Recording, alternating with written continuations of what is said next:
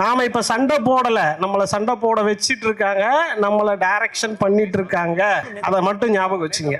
சமூக வலைதளத்திலையும் சரி, மற்ற எல்லா ஓவராலும் சரி, நம்மளை என்ன வேலை செய்யணும்னு அவங்க டைரக்ஷன் பண்றாங்க. இதை நம்புங்க. இதை நம்பிட்டு இன்னைக்கு ஏதாவது ஒரு பாயிண்ட் சொல்றாங்கன்னா, ஏன் வந்து மாசத்துக்கு ஒரு நாளோ 2 நாளோ வந்து நம்ம உயர்ந்த மனிதர் ஒருத்தர் வந்து டைலாக் விட்டு போறாரு. அது என்னைக்காவது யோசிச்சு பார்த்திருக்கீங்களா? அவர் வருவாரு, ஒரு டேக் டைவர்ஷன் கொடுப்பாரு, அந்த டைவர்ஷன்ல இருந்து போங்க எல்லாம் அப்படி நம்ம எல்லாம் பண்ணுவோம், கும்பல் அப்படியே அது கூடயே போயிடும். இன்னொன்று கிரவுண்ட் லெவல்னு ஒன்று சொல்றீங்களே, கிரவுண்ட் லெவல்ல தாவேகா ஜெயிச்சதுக்கு அப்புறமா ஒரு குழாவில் தண்ணி வரல. ஓகே, யார்கிட்ட சொல்றதுன்னு தெரியல.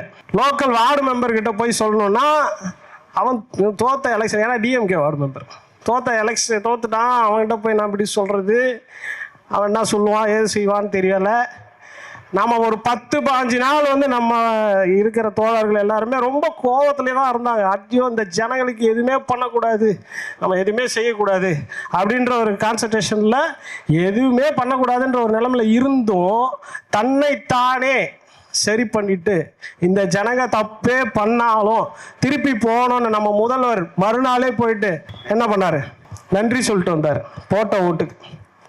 அந்த மாதிரி தான் நம்மளும் அந்த ஒரு சகிப்புத்தன்மை உங்கள் சமூக வலைத்தளம் எல்லாருக்கும் இருக்கணும்னு நான் விரும்பி கேட்டுக்கிறேன். நீங்கள் தயவுசெய்து நான் சொல்கிற மாதிரி சிங்கிளாக அடிங்க, ஃபேக் ஐடியில் போட்டுட்ருங்க. அதை அவன் செய்கிறான், அவன் செஞ்சுட்டு போட்டோம், நாம் செய்யணும். பட் நம்மளோட கான்சன்ட்ரேஷன் அவன் மாத்திரான்றதை மட்டும் நான் சொல்கிறேன். நான் சொல்ல வர்றது என்னென்னா, நம்மளை டைரக்ஷன் பண்ணுறாங்க, அந்த டைரக்ஷன்லேருந்து வெளியில் வராதிங்க. கிரவுண்ட் லெவலில் மக்கள்கிட்ட இப்போவும் நம்ம ஆளுங்க தான் வேலை செய்கிறாங்க. அதை நீங்கள் தயவுசெய்து ப்ரொமோட் பண்ணி கொடுங்க. ஓகேவா? நீங்கள் போங்க, உங்கள் தெருவில் நீங்கள் இருக்கிற அட்ரஸில் போங்க, அங்கே மக்கள் பிரச்சனை யார் சரி பண்ணுறாங்கன்னு சொல்லுங்கள், அதை பற்றி பேசுங்க. நீ ஏன் அவன் சொல்கிறத நம்ம செய்யணும்? நாம் போவோம், நாம் ஒரு சைடு போகணும், அவன் ஒரு சைடு போட்டோம், அவன் எக்கேடாவது கெட்டு போட்டோம். நீங்கள் போங்க, ஜனங்க கிட்ட போய் நில்லுங்க. ஜனங்க தாங்க ஓட்டு போடணும், ஜனங்க தான் ஓட்டை மாற்றுவாங்க, அவங்க தான் மாற்றுவாங்க.